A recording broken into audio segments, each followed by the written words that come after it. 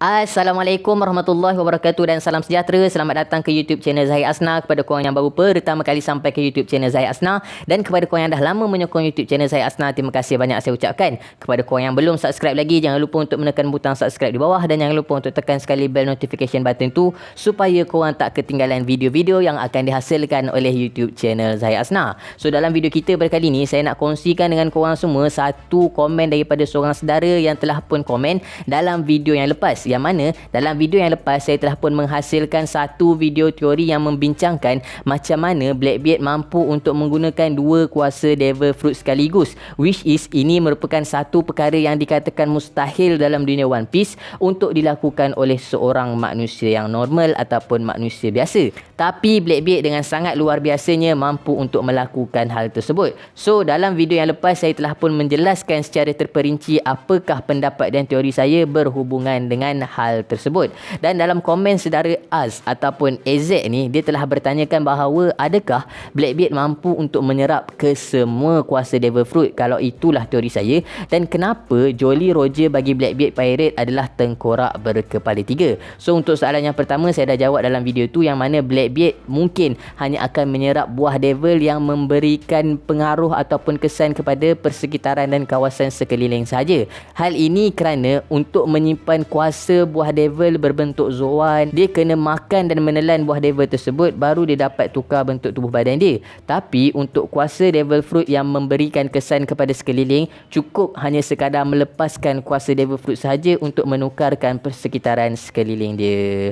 So itulah idea dan pendapat yang saya dah kongsikan dalam video yang lepas. Kalau korang nak tahu dengan lebih terperinci, korang dengarlah dalam video teori macam mana Blackbeard mampu menggunakan kuasa Gura-Gura no Mi itu. So saya nak jawab dalam video kali ini adalah soalan yang kedua, yang mana setelah saya membaca soalan dia yang bertanyakan kenapa Jolly Roger Blackbeard Pirate ada 3 tengkorak. Benda ni pun sebenarnya masih lagi belum ada jawapan yang solid ataupun jawapan yang nyata, dan jawapan untuk soalan ini hanyalah sekadar teori yang dikongsikan dalam komuniti One Piece saja. Jadi bila saya dapat soalan ni, saya pun cubalah mencari dekat Google, saya cuba baca teori-teori yang berkaitan dengan soalan yang ditanyakan oleh saudara Az ataupun saudara AZ ni. So saya minta supaya korang dapat sama-sama meninggalkan komen korang dalam banyak-banyak teori ni, teori mana satu yang korang rasa paling make sense dan korang rasa teori itulah yang korang boleh terima. Dan berikanlah juga pendapat dan teori korang. Kalau korang ada pendapat masing-masing, tak ada masalah, kita sama-sama bincang, kita punya minat, sama-sama bincang, kita punya suka. Okey, so tanpa melengahkan masa lagi, mari kita memulakan perkongsian teori kita pada hari ini.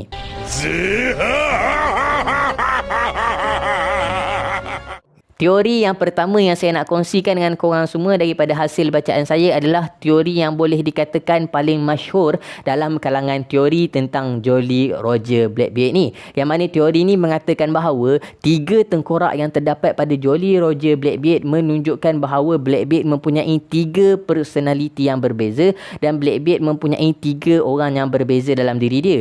Dan teori ni juga disokong dengan beberapa bukti seperti mana desain untuk karakter Blackbeard dilihat agak berbeza pada setiap kemunculannya, dan ada 3 desain yang berbeza. Contohnya perbezaan macam Blackbeard ni, gigi dia patah tu tidak berada pada tempat yang sama untuk hilangnya gigi dia tu. Dan contoh yang lain pula adalah Blackbeard sering kali membawa 3 pucuk pistol bersama-sama dengan Blackbeard.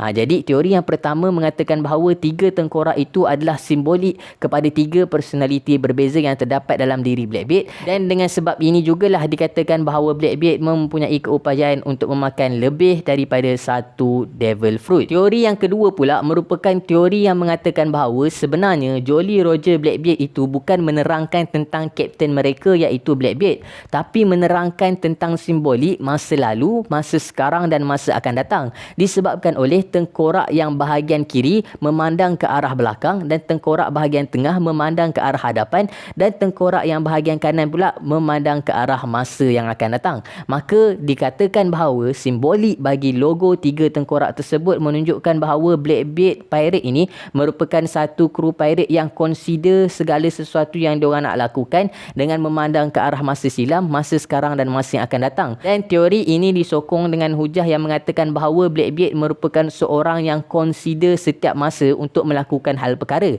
Dengan sebab itulah Blackbeard sanggup untuk duduk atas kapal Whitebeard selama berpuluh tahun lamanya semata-mata untuk mendapatkan Yami-Yami Nomi. Dan untuk mendapatkan Gura-Gura Nomi pula, Blackbeard siap buat benda yang dia macam seakan-akan memerhatikan apa yang akan berlaku pada masa akan datang dengan menangkap Ace dan memberikan Ace kepada pihak Marine. Pasti dan pasti Whitebeard akan turun padang dan berkemungkinan Whitebeard akan terkorban, menyebabkan Blackbeard mampu untuk mendapatkan kuasa Gura-Gura Nomi dan dia sentiasa memerhatikan apa yang perlu dilakukan pada masa sekarang. Sebab itulah dalam Marineford War, Blackbeard ni menarik diri daripada bertarung dengan kru Akagami no Shanks. So maksud simbolik bagi Jolly Roger Blackbeard tu adalah masa lepas yang diperhatikan, masa sekarang yang diperhatikan dan masa akan datang yang diperhatikan. Which is teori ni antara teori yang menarik jugalah bagi saya kan, sebab benda ni make sense dan kemungkinan besar ramai orang terlepas pandang teori ni.